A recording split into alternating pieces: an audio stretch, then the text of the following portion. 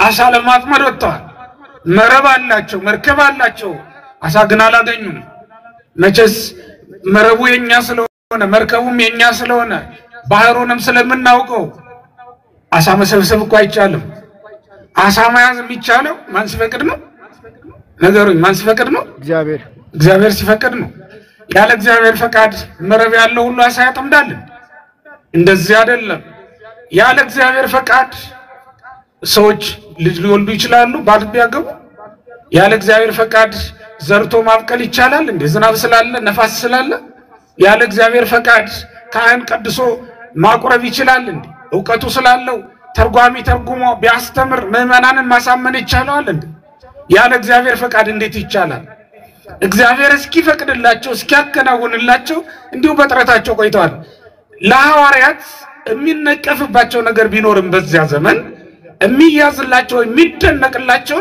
ክርስቶስን የሳበውን ዋናና ነገር ግን አንደኛው ለራሳቸው ምግብ ፍለጋ መሄዳቸው ነው የመጀመሪያው አንሳ ወርከ ማስግራ ሳላቸው ቅዱስ ጴጥሮስ ወይ ቤልጎ ካላኒው አርዳ ነናኒን መጻሐፍከ ምስሌከ እኔ አሳላጠም እሄዳለሁ አላችሁ ምን ላደርግ እሄዳለሁ እስኪ ተናገሩ አሳላጠም እሄዳለሁ በሉ አሳላጠም እሄዳለሁ ሲላቸው እኛም ካንተ ጋር እንመጣለን አሉ ተባብረው ወረዱ እዚህ ላይ የምትመለከቱት ምግብ ፍለጋ በሚሄዱበት ሰዓት ፍቅረ ቢስ አልቀነሰችባቸው እኛም ካንተ ጋር እንመጣለን ማለታቸው የተማሩት ትምህርት ፍቅረ ቢስ ስለነበረ ባልንጀራን እንደራስ አድርጎ መውደድ ስለነበረ ነው ተከትለውት ለወደዱት መረቡ አንድ ነው እሱ አስግሮ ወይም አጥምዶ እስኪመጣ ድረስ ቤታቸው አልጠበቁትም አብረን እንሄዳለን ያሉት ክርስቶስ እንዲመጣ እንዲጎበኛቸው አንዱ ምክንያት ይሄ ስለነበረ ነው ሌላው መረብ ያላቸው መሆናቸው ነው ሶስተኛው ባለመርከብ መሆናቸው ነው አራተኛው አሳ የሚጠመድበትን ስፍራ ማወቅ መቻላቸው ነው አምስተኛው በፍጹም ትጋት ያለ ምንም ተስፋ መቁረጥ ሌሊቱን ሙሉ ባያገኙም እንኳን አሳ ሲፈልጉ በማደራቸው ይህን ትጋታቸውን ተመልከቱት እግዚአብሔርን እንዲጎበኛቸው ያደረገው እነዚህ አምስቱ ነገሮች ናቸው ማለት ነው እነዚህ አምስቱም ክርስቶስ በመጨረሻ ላደረገላቸው ታምራት ምክንያት ናቸው ለመጎብኘታቸው ምክንያት ናቸው እግዚአብሔር የጎደላቸውን እንዲሞላላቸው ያደረገው እነዚህ አምስቱ ቅድመ ሁኔታዎች ናቸው ማለት ነው የእግዚአብሔር ቤተሰቦች እግዚአብሔር እንዲጎበኘን ከፈለግን እኛ ልናዘጋጀው የሚገባውን ልናደርገው የሚገባውን ዝግጅት አስቀድመን ማድረግ ይኖርብናል ይገባናል አባ ጊዮርጊስ ዘጋስጫ እግዚአብሔር በመንፈስ ቅዱስ ቃኝቷቸው ድርሰት እንደደረሱ መጽሐፍ እንደጻፉ ትርጓሜ እንደተረጎሙ ይነገርላቸዋል ግን አባ ጊዮርጊስ ዘጋስጫ እቤታቸው ተቀምጠው እንዲሁ ተኝተው አግኝቷቸው እግዚአብሔር የረዳቸው እንዳይመስላችሁ እርግጥ ነው ባጭር ጊዜ ብሉያትን አዲሳትን አጥንተው ብሉያት አዲሳት ተገልጾላቸው ከሳቸው በፊት እንደነበሩት ታላላቅ መምህራን እንደ ዮሐንስ አፈወርቅ እንደ ቄርሎስ አድርገው አምልተው አስፍተው መጻሕፍት መተርጎማቸው ይታወቃል መናፍቃንን በዘመኑ እንደነበሩ ሆነው በጉባኤው እንደተገኙ አድርገው ገስጿቸዋል ይሄ ሲሆን ግን አባ ጊዮርጊስ ዘጋስጫ ያደርጓቸው የነበሩ ቅድመ ሁኔታዎች ነበሩ አንደኛው ትምህርት ቤት ውስጥ ገብተው ሲማሩ መገኘታቸው ነው ምንም እንኳን ፊደል የማይጠናላቸው ነገር የማይከናወንላቸው ቢሆኑም ተስፋ አልቆረጡም ከጉባኤ ቤት አልወጡም እሱ ብቻም አይደለም ከስዕለ ማርያም ስር ወድቀው በጸሎት በጽሞና እግዚአብሔርን በመጠየቅ ላይ ነው የነበሩት ደጅ ጥናታቸውን አላቋረጡም በኋላ ለበዛላቸው እግዚአብሔር ጸጋ በኋላ ለገጠማቸው የእግዚአብሔር በረከት እነዚህ ቅድመ ሁኔታዎች ዋናውን መሰረት ይይዛሉ ማለት መሰረታው ነገር እሱ ነው ክርስቲያኖች እግዚአብሔር ጸጋውን በእኛ ላይ እስኪሞላ ድረስ እኛ በመጀመሪያ ዝግጅት ማድረግ የለብንም አንዳንዶቻችን እኮ ዝግጅት የለንም እንቅልፋሞች ነን ተኝተናለን ሆዳሞች ነን መጾም አናውቅም ቸልተኞች ነን ሰነፎች ነን መጸለይ አንችልም እኛ የምናውቀው መለመን እኛ የምናውቀው ማማረርና ማንጎራጎር ብቻ ነው። አሁን በእውነት ተኝቶ አግኝቶት እግዚአብሔር የባረከው ማን ነው? አሁን በእውነት ሳይጸልይ ከእግዚአብሔር ጸጋን የተቀበለ ማን ነው? ሳይለምን እግዚአብሔር የባረከው የጎበኘው ሰው ማን ነው? በፍጹም ትጋት ላሉ ቅዱሳን የሚሰጠውን ጸጋ እኛ ተኝተን ቤታችን ሆነን ማግኘት እንፈልጋለን። እንደ አንዲት ሰነፍ ሴት እንደ አንድ ሰነፍ ወንድ እንዲሁ ዝም ብለን እንደ ዓለማዊ የኖር እንደ ክርስቲያን ማጎብኘት እንፈልጋለን። ወገኖቼ እንደ ዓለም ከኖር እንደ ክርስቲያን አድርጎ እግዚአብሔር ሊባርከን እንዴት ይቻላል? እንደ ክርስቲያን ስንኖር እንደ ክርስቲያን እግዚአብሔር ይባርከናል። እንደ ክርስቲያን ስንጸልይ እንደ ክርስቲያን እግዚአብሔር ጸሎታችንን ይሰማናል። እኛ እኮ ወገኖቼ እምንጸልይ እንደ አረማውያን ነው። በጸሎታችን ውስጥ ቅያሞት የተቀላቀለበት አይደል? ጸሎታችን ትምክህት የበዛበት አይደል? ስንመጸውትም እንዲሁ ስጋውያን ነን። ምክንያቱም ስንመጸውት ስስት የሌለው ምጽዋት ስለማንሰጥ ነው። እንዲሁ እየተንቀጠቀጥን ነው የምናደርገው። ስንመጸውት ያለ ከንቱ ውዳሴ ማድረግ የማይቻለን እኮ ነው። ስናገለግል ለከንቱ ውዳሴ ለታይታ አይደል ብዙ ጊዜ የምናደርገው። እኛ ከአሕዛብ የተለየ ስርዓተ አምልኮ መቼ ነው አድርገን የምናውቀው? ስጋዊነት የተለየው አገልግሎት፣ ስጋዊ ሐሳብ የተለየው ጸሎት መቼ ነው አቅርበን የምናውቀው? ስንጸልይ ስናምን እንደ አብርሃም ማመን አለብን ክርስቲያኖች። ተስፋም ስናደርግ እንደ አብርሃም ነው ተስፋ ማድረግ ያለብን። የአብርሃምን እምነት ቅዱስ ጳውሎስ በዕብራውያን መልእክቱ ምዕራፍ 11 ከቁጥር 8 እስከ 10 ድረስ ስትመለከቱ በሚገባ ይገልጸዋል። አብርሃም እምነቱ እግዚአብሔር ተስፋ ያስደረገውን ምድር መውረስ ነው እንጂ እሱ የመረጠውን ሀገር መውረስ አልነበረም። እምነት እንደዚያ ነው። እንዲያውም ይላል ቅዱስ ጳውሎስ ተስፋ ካስደረገለት አንዱንም እንኳን አብርሃም አልተቀበለም፣ ነገር ግን አምኖ ሞተ። ቅዱስ ዮሐንስ አፈወርቅ ይህን ሲተረጉሞ ደግሞ ምን ይላል? የውሃቦ መጠና አሐቲ ምስጋራ እግርን፣ አንዲት የእግር እርምጃ የምታክል እንኳን መሬት አልሰጠውም እግዚአብሔር፣ ግን ያምናል። ስናምን እንደዚያ ነው። አብርሃምን የሚያክል ሰው ይሄ ትልቅ እምነት ስለተገኘበት ነው ትልቅ ያደረገው። ማመን እንደ አብርሃም ነው ክርስቲያኖች። ተስፋ ማድረግም እንደ አብርሃም ነው። ሳይቀበሉ ማመን። የአብርሃም ተስፋው ምንድን ነበር ካላችሁኝ፣ በሰማይ ያለችውን እግዚአብሔር የሰራትን ከተማ እሷን ነበር ተስፋ የሚያደርገው። ማን ነው መንግስተ ሰማያትን ተስፋ አድርጎ እያገለገለ ያለ ከኛ መካከል? ማን ነው እግዚአብሔርን መንግስት ተስፋ አድርጎ እየተጠባበቀ ያለ? ማን ነው በጎደለው ምድራዊ ነገር እግዚአብሔርን እያማረረው ያልኖረ? ማን ነው ከኛ መካከል? ብዙዎቻችን በምሬት ውስጥ፣ ብዙዎቻችን በእንጉርጉሮ ውስጥ እንድናል። እንዲያውም አንዳንዶቻችን ለአዝማሪ ለዟሪ ወይም ለቃልቻ እንድንገብር፣ ለጠንቋይ እንድንገብር ያስገደደን፣ አንዳንዶቻችንን ተስፋ አስቆርጦ ሃይማኖት እስክንለውጥ ድረስ ያሳሰበን ምድራዊ ጉዳያችን አልተሟላም ብለን አስበን አይደል? ወገኖቼ እኛ የሚገባንን ዝግጅት እናድርግ። እግዚአብሔር ደግሞ ሊያደርግ ያሰበውን ነገር ያደርጋል። እስኪ አስቡት፣ እግዚአብሔር ደመናን ያመጣል፣ በደመናም ከውቅያኖስ ውሃ ይቀዳል፣ ነፋስን ያነፍሳል። ገበሬ ደግሞ መሬቱን አርሶ ዘሩን ይዘራል። ገበሬ ባይዘራ እግዚአብሔር ዝናብ ስላመጣ ምድር ታፈራለች እንዴ? ምድር እንድታፈራ የገበሬውም ጥረትና ድካም የግድ ያስፈልጋል። ገበሬ በወዛው፣ ገበሬ በወጣበት በወረደበት እግዚአብሔር ባርኮት ምድርን ፍሬ በፍሬ ያደርጋታል። እስካሁን ያለ ፍሬ መቆየታችን ምክንያት ምን እንደሆነ ታውቃላችሁ? እስካሁን ጸሎታችን ያለ መሰማቱ ምስጢር ምን እንደሆነ ገባችሁ? ምናልባትም ዝግጅታችን ለመባረክ የማያበቃ ሆኖ ሊሆን ይችላል። ክርስቲያኖች ዝግጅታችን የሚበቃ ሲሆን እኮ እግዚአብሔር ይመጣል፣ ይባርካል። በውሃው ዳር ቆሞ ነው የሚለው ቅዱስ ጴጥሮስ እና ሌሎችም ደቀ መዛሙርት አምነው ሌሊቱን ሙሉ ሲተጓደሩ ከባህሩ ግን አልወጡም። አይገርም? ምን አይነት ተስፋ ነው! ምን አይነት ጽናት ነው! ሌሊቱን ሙሉ አሳ ባላገኙበት ባህር ውስጥ አሁንም መገኘት፣ ሌሊቱን ሙሉ ሲደክሙ ባደሩበት ባህር ውስጥ አሁንም እዚያው ምንም አሳ የሌለውን መረብ ይዞ መገኘት እንዴት ያለ ነገር ነው! የጸሎት መጽሐፉን እኮ ትራሱ ላይ ካስቀመጠው ብዙ ቀን የሆነው ሰው ይገኛል ከኛ መካከል። ጸሎቱን የረሳ ጸሎቱ ያልተሰማም ብሎ ገዳም መሄዱን የተወ አገልግሎቱን የተወ ቀላል አይደለም። በእኛ ዘመን በእኛ መካከል የሚገኝ ሰው ግን ወገኖች እግዚአብሔር እኛ የሚያስፈልገውን ነገር ወይም ከኛ የሚጠበቀውን ነገር ብናሟላ መረቡ ቢኖረን መርከቡ ቢኖረን ባህሩ ላይ ብንገኝ እግዚአብሔር መረባችንን በአሳ መሙላት የሚሳነው ይመስላችኋል? ብዙዎቻችን መረቡን ጥለናል፣ መርከቡንም ትተናል። ከመርከቡ ወጥተን መረቡንም ጥለን አሳ ግን እንፈልጋለን።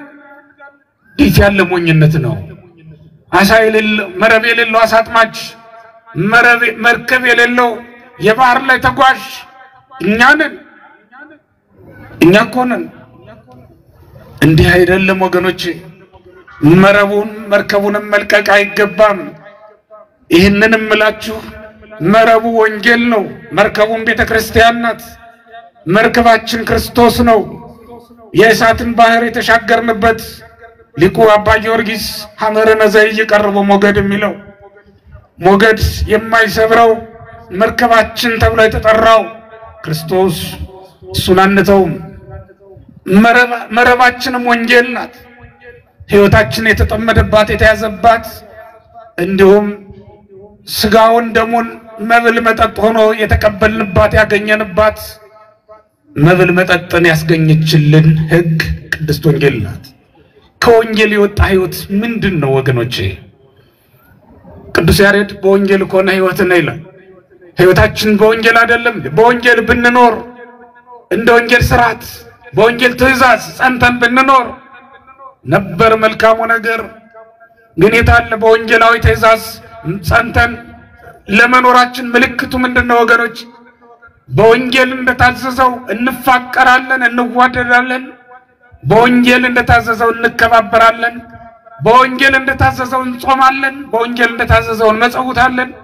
ጸሎታችን እንጸልያለን እኮ ግን የምንጸልየው በወንጌል እንደታዘዝነው ነው። እንጾማለን እኮ ነገር ግን በወንጌል እንደታዘዝነው ነው የምንጾመው። እንመጸውታለን ነገር ግን ወንጌል እንደነገረን ነው የምንጾመው የምንመጸውተው። ነገሮችን ሁሉ የምናደርገው በወንጌል ለክተን ነው። እንጋባለን ነገር ግን በወንጌል እንደታዘዘው በወንጌል እንደሚኖር ሰው ነው እየተጋባን ያለነው። እንወልዳለን፣ ልጅ እናሳድጋለን ነገር ግን በወንጌል እንደታዘዝነው ነው ልጆችን እያሳደግን ያለነው። እንመነኩሳለን፣ እንመንናለን ግን በወንጌል እንደታዘዝነው ነው እየመነኮስን ያለው። እንቀድሳለን፣ እናስቀድሳለን ግን በወንጌል እንደታዘዝነው ነው እያገለገልን ያለነው። ክርስቲያኖች እንዘምራለን ነገር ግን በወንጌል እንደታዘዝነው ነው እየዘመርን ያለነው። እንመርምረው። በወንጌል ውስጥ ያሉ የጸሎት አይነቶች በወንጌል ውስጥ ያሉት ሥርዓተ አምልኮች ልዩ ናቸው። እንደ ኦሪት አይደለም፣ እንደ አሕዛብም አይደለም። በሕገ ጣዖት በሕገ ኦሪት እንዳለው አይደለም። እንደ ሕገ ኦሪት ቢሆን መቀናናት ያለበት፣ ሌሎችን መናቅ፣ ሌሎችን ማቃለል ያለበት ነበር የሚሆን ሥርዓተ አምልኳችን። የኛን ማስፈለጥ የሌላውን ማሳነስ ያለበት ነበር። እንደ ኦሪት ቢሆን ስጋዊ መብልና መጠጥ ይዞ ማምለክ ነው የነበረው። ይሄ ግን እንደ ወንጌል ካመለክን በመንፈስ በመመላለስ ሊሆን ይገባል። ክርስቲያኖች ያውም ባልንጀሮቻችን አይደለም ጠላቶቻችንን ሳይቀር በመውደድ ልናደርገው ይገባል። በወንጌል ውስጥ ሆነን በወንጌል እንደተጻፈ ስንኖር እንደዚያ ነው። ስለዚህ መረብ ወዴት አለ? እግዚአብሔር አሳ ይሰጠን ዘንድ ቢመጣ እግዚአብሔር ሊጎበኝን እግዚአብሔር ሊባርከን ቢመጣ መረቡ የት አለ? መርከቡስ የት አለ? ባህሩ መርከብ አሳ እንዲሰጠን መረባችሁን በቀኝ በኩል ጣሉት ብንባል የትኛው መረባችንን ልንጥል እንችላለን ወገኖች? እጃችን ባዶ አይደል? ከመርከቡ በስተቀኝ በኩል ጣሉት ነው ያላቸው እኮ። በመጨረሻ መጥቶ ያዘዛቸው ይሄንን ነው አደረጉት። በመጨረሻም ስቡ ማውጣት እስኪሳናቸው ድረስ ብዙ አሳ ተያዘላቸው። ያደረገው ነገር ይሄ ነው አምላካችን መድኃኒታችን ኢየሱስ ክርስቶስ። በኋላም ቅዱስ ጴጥሮስና ሌሎችም ደቀ መዛሙርት ከውሃው ሲወጡ ውጭ ደግሞ ሌላ የተጠበሰ አሳና የተሰራ እንጀራ የነደደም እሳት ተዘጋጅቶ ይጠብቃቸው ነበር። አያችሁት? እኛ ስንዘጋጅ እግዚአብሔር ምን ያክል ጸጋ እንደሚያበዛ አያችሁት። እኛ የሚገባንን ኑሮ መኖር ስንጀምር እግዚአብሔር የሚሰጠን ጸጋ ብዛቱ ተቆጥሮ የማያልቅ በገባችሁበት በወጣችሁበት ሁሉ በረከት በሄዳችሁበት ሁሉ በረከት ወደ ላይም ስትመለከቱ ወደ ታችም ስትመለከቱ ደስታ ቅዱሳን እንደዚያ ናቸው። ወደ ላይ ሲያዩ ሰማዩን አይተው እግዚአብሔርን ያደንቁታል ያመሰግኑታል። ወደ ታችም ሲያዩ ምድሩን አይተው እግዚአብሔርን ያደንቁታል ያመሰግኑታል። በሁሉም ነገር እግዚአብሔርን ስለያዩታል። በተራራውም ላይ እግዚአብሔርን ያዩታል፣ በሰማዩም ላይ እግዚአብሔርን ያዩታል። በሁሉም ቦታ አይኖቻቸው ከእግዚአብሔር አይለዩም። እኛ ደግሞ በሁሉም ነገር እናንጎራጎራለን እናማርራለን። አንዳንድ ጊዜ ተራሮችን እንዘፍንባቸዋለን፣ ሰማዩን ደመናውን እንዘፍንበታለን፣ አሸሸ ገዳም እንልበታለን።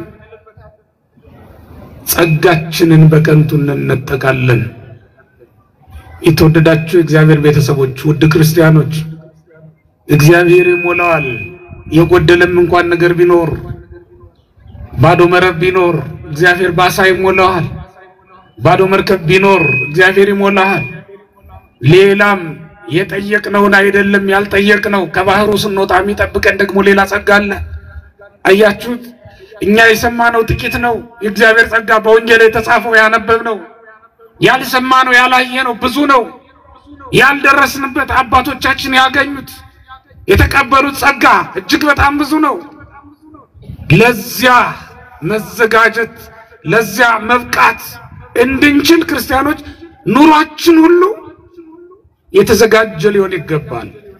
ኑሯችን ሁሉ የተዘጋጀ ሊሆን ይገባል። እግዚአብሔር እንዲሞላው ነው።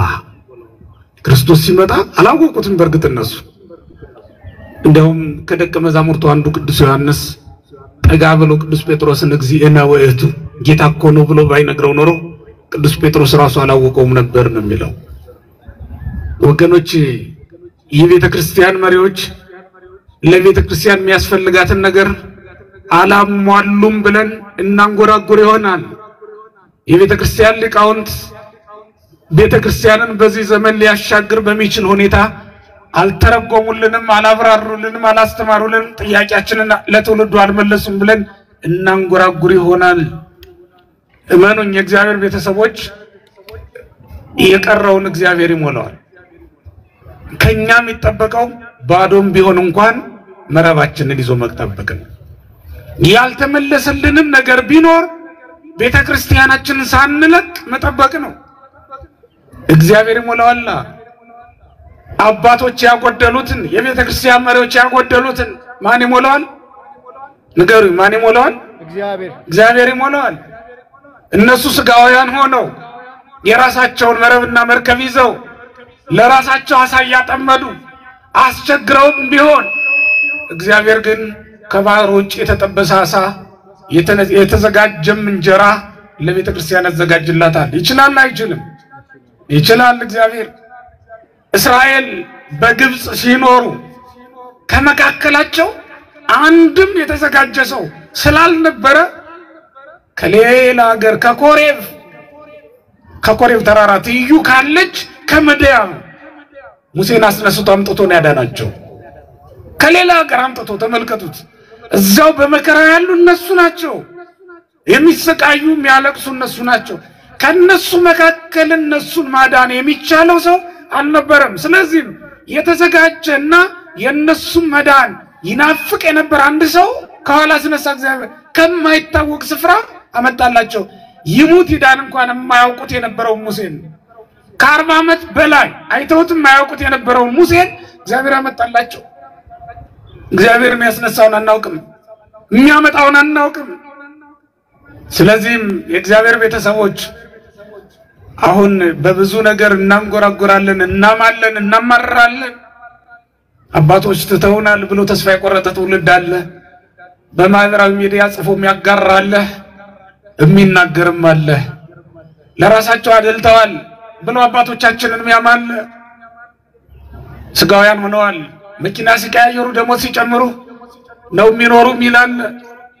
ግን ወገኖች እግዚአብሔር ከባህር ውጭ በማንም መረብ ያልተጠመደ በማንም መርከብ ላይ ያልተጫነ የተዘጋጀ አሳ የሌለው ይመስላችኋል? ከዛ በኋላ እኮ ነው ንዑንም ሳህላቸው የተዘጋጀውን አሳ የተጠበሰውን የተዘጋጀውን እንጀራ ያውቃልና ነው እንብላ ብሎ ጠራቸው።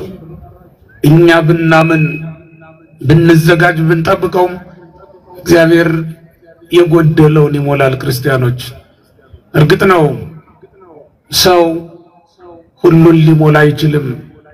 አንዳንድ ጊዜ መርከቡን ባዶ ሆኖበት ሊጨነቅ ይችላል። አንዳንድ ሌሊት የበረከት ሌሊት ላይሆን ይችላል። የምናጠምድበት ሌሊት ላይሆን ይችላል። መቼስ አንዳንድ ሌሊት ህልም የምናይበት አንዳንዱ ደግሞ ህልማችን የሚተረጎምበት አይደል? ህልም የምናይበትና ህልማችን የሚተረጎምበት እኮ ቀኑ አንድ አይደለም። ስለዚህ ህልማችን ባየንበት ቀን ህልማችን ለምን አይተረጎም ብለን ማሰብ የለብንም። የያዕቆብ ህልም የተተረጎመው ከ2000 ዓመት በኋላ ነው። ኦሪት ዘፍጥረት ምዕራፍ 28 ቁጥር 10 ላይ ያለው ራእይ የተተረጎመው ክርስቶስ ሲወለድ ነው።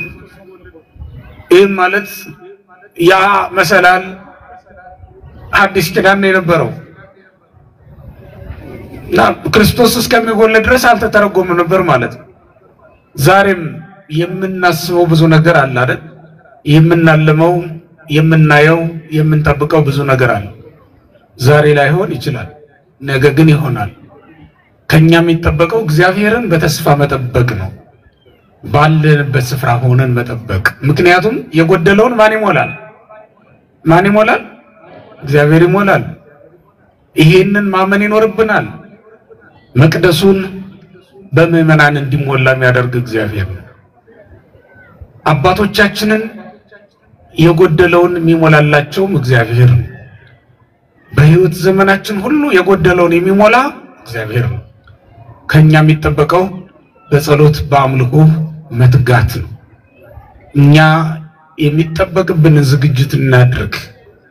ሌላውን እግዚአብሔር መጥቶ ይሞላል። ያስተማራ